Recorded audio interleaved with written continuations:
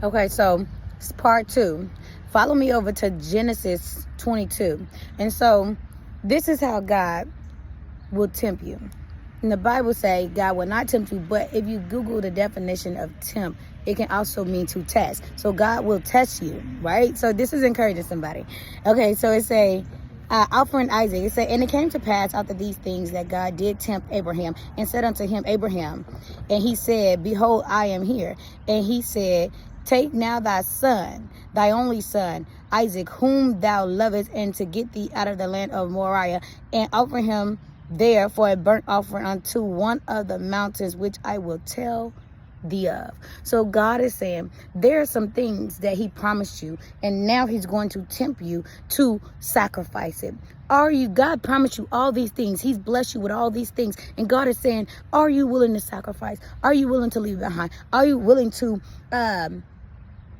offer it up as a burnt offering? Are you willing? And if you're not, then you're not willing. You're putting that as a God. See, God is saying, don't allow your promises to be your God. God said, do you love him enough and do you trust him enough to know that if he blessed you once, he can keep blessing you. He can bless you twice. And according to the Bible, he can bless you with something better. So I need somebody to really hear that God is tempting you, meaning testing. He is testing you to see, are you willing to give up that thing that he promised? Are you willing to give up that thing that he blessed you with, that you waited all this time for?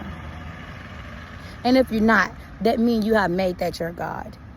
Who is your God in this time? The Bible says you can't serve two masters. You'll either love one and hate the next. So if you're not willing to sacrifice, if you're not willing to give up your Isaac, that promise, that thing you've been holding on to, that thing that God finally blessed you with, and now you love it so much, are you willing to sacrifice it?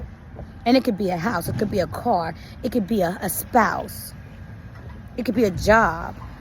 Are you putting that above God? And if you are, God said he's about to do something. But more than anything, he is testing you.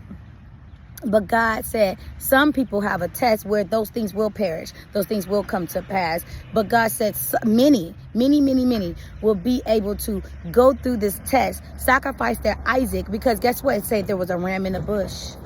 God said he's going to 360 that thing. He said, a lot of people don't understand that a lot of these things that God is asking you to sacrifice is just to make sure your heart is pure to receive the blessings of Abraham.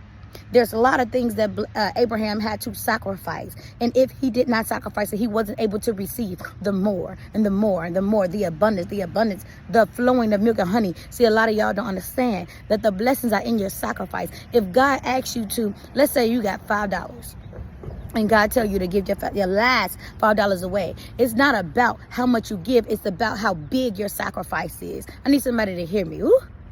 I need y'all to hear me. So believe God, trust God, and listen to God. God is not going to leave you, nor will he forsake you. So if he tell you to do something, it's for a reason. Just listen. Just listen.